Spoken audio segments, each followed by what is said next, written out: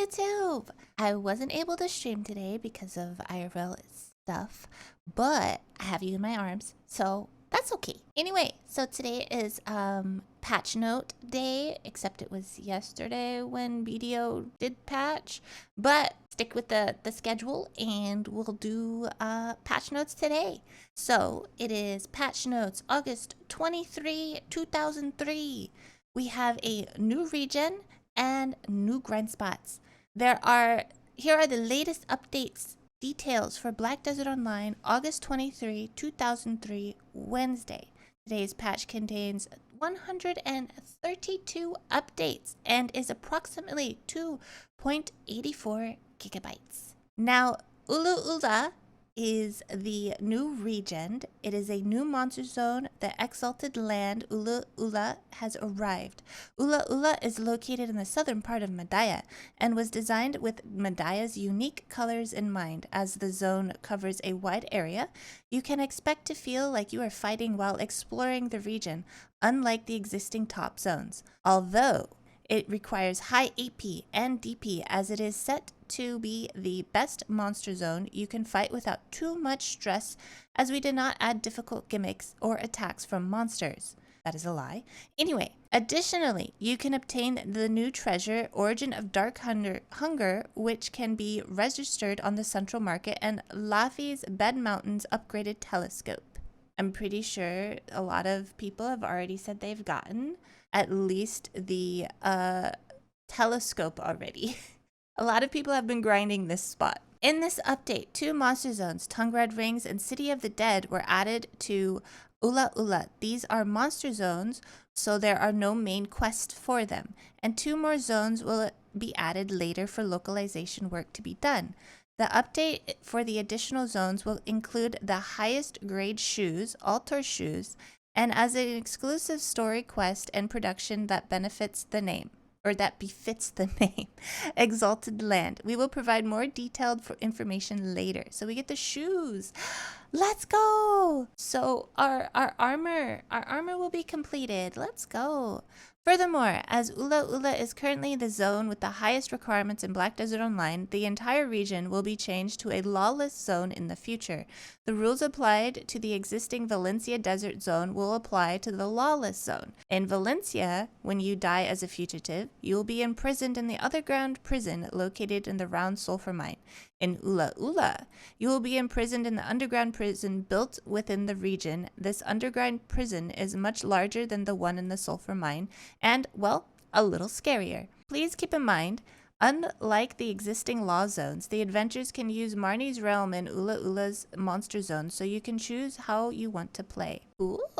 The lawless zone will not be patched immediately, and we will provide further guidance when the update is ready. Also, please note that when Ula Ula is changed to a lawless zone, the existing desert region will be released from the lawless zone. Oh, so here's some pictures. Here are the monsters. This is the captain guy. He's like the event dude. Here is the AP, 310 AP, 380 DP for City of the Dead. City of the Dead, the monsters in City of the Dead can be knocked down successfully by administering a simple gimmick. When the messenger leading the monsters performs a certain action using a CC skill, regardless of type, will cause all near monsters to fall down. Then you will have Essence of Ula Ula buff easily applied to easily defeat the monsters. The key is to take advantage of the situation and sweep the monsters away. So when you're fighting these, I noticed that while I was on Awakened Witch, I had all of my PvE gems on. I had my PvE light stones. I had all of my buffs, church buffs. I had Giant's Elixir. I had Perfume. I had tent buff. I had all of it, and I did no damage whatsoever, and I'm 714 gear score. So I asked around, and people said to use Simple Cron Meal and Frenzy Elixir, either type of Frenzy Elixir. And so I did that, and if you guys don't know, you want to stack AP. You want to stack Hidden AP, Sheet AP, anything you can for AP. After I did that, after I added Frenzy and Simple Cron, I was able to like basically one shot them after they were knocked down. So if you guys have any, if you were confused on that, there's a little tip. Tongue-Red Ruins. The monster zone is 320 AP, 410 DP. The combat method in Tongue-Red Ruins is similar to that of City in the Dead. Among the groups of monsters, there is a Tongue-Red Visionary monster mixed in. If you attack these guides first and detonate them, you can receive the essence of Ula Ula effect, and all the surrounding monsters will be stunned and have their DP decreased. The key is to quickly defeat them in this situation. Ula Ula, the Exalted Land Major Loot. Origin of the Dark Hunger, Essence of Devouring. This helps you success rate your fail stacks. You can go up to 300. With the Devouring, if you collect 4, you can obtain a Hunger of the Dark Origin of the Dark Hunger by heating them. Their maximum price is 750 million silver. Kudar Fragment. You can obtain the fragments in the monster zones of Ula Ula. They can be found in Ula Ula's are material items that can enhance the power of Crystal of Elixir. The Visionary Crystal of Elixir used crafted fragments can be registered at the central market. It's basically an upgrade of the Elcar. So 20 accuracy, plus 20 accuracy, plus 10% of resistance. You can equip to 2, and you also can ignore all resistance when it's crystal group. Let's go. Gotta get that.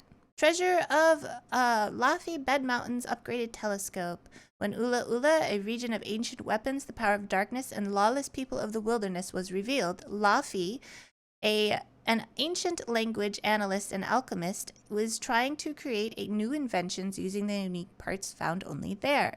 Key materials for the invention of Laffy are rarely found throughout the lawless lands of Ula Ula. And this is the upgraded telescope.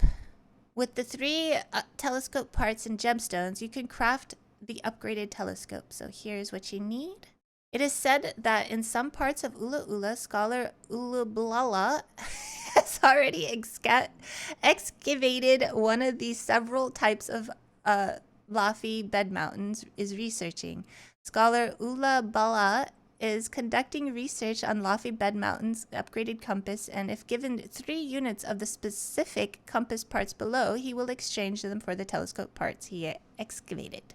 So if you have like 40 vodkins, you can go to him and he can exchange it. So there you go. Those of you that have been grinding for your compasses and you got like 40 parts that you don't need, here is your answer of what you can do. Here is where you get the upgraded telescope.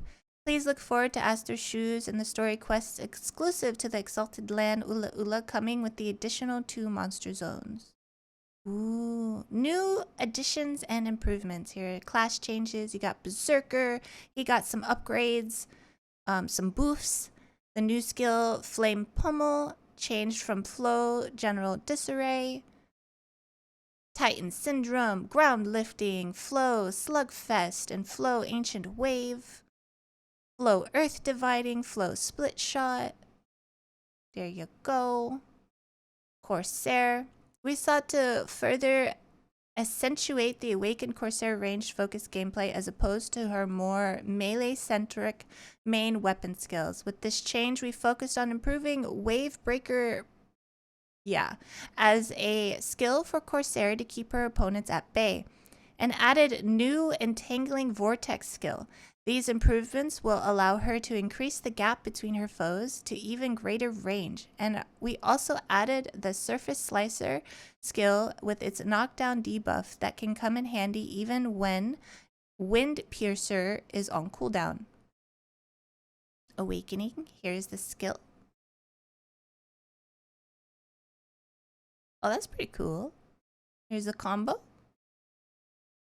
Ooh. Another new skill.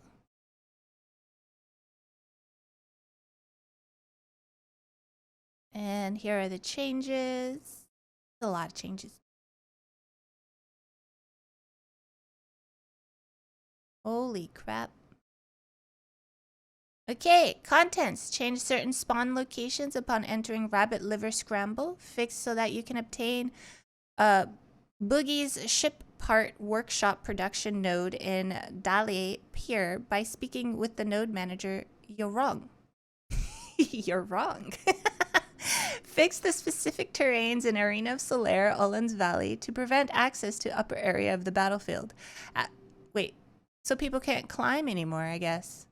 Added the conversation with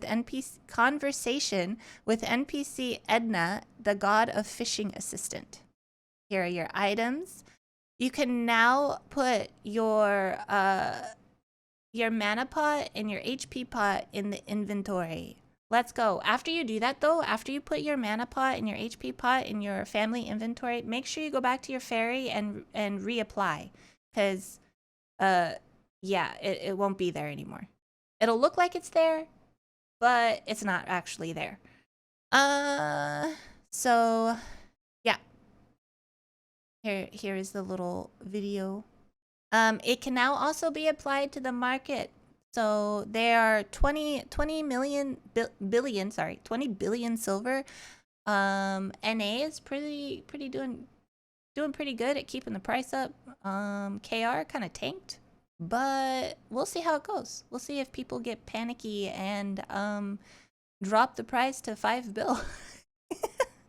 Then we got Shimmy Shimmy's Miraculous Fish Tank. Shimmy Shimmy's Miraculous Fish Tank can be obtained with the iridescent shellfish obtained every week from Doro at the Sea Palace. Dorito. If you put fish in this tank, they will stay fresh 5 times longer, thanks to the special netherworld powers. The caught fish are automatically stored, making it very useful bag for adventurers who enjoy fishing and great opportunity for beginners to enjoy fishing more comfortably and sell their catch. 4 iridescent shellfish to Shimmy Shimmy at the Sea Palace to obtain Shimmy Shimmy's Miraculous Fish Tank. Quest conditions. Have 4 iridescent shellfish possess the knowledge of Tale of Shimmy Shimmy by completing the questline.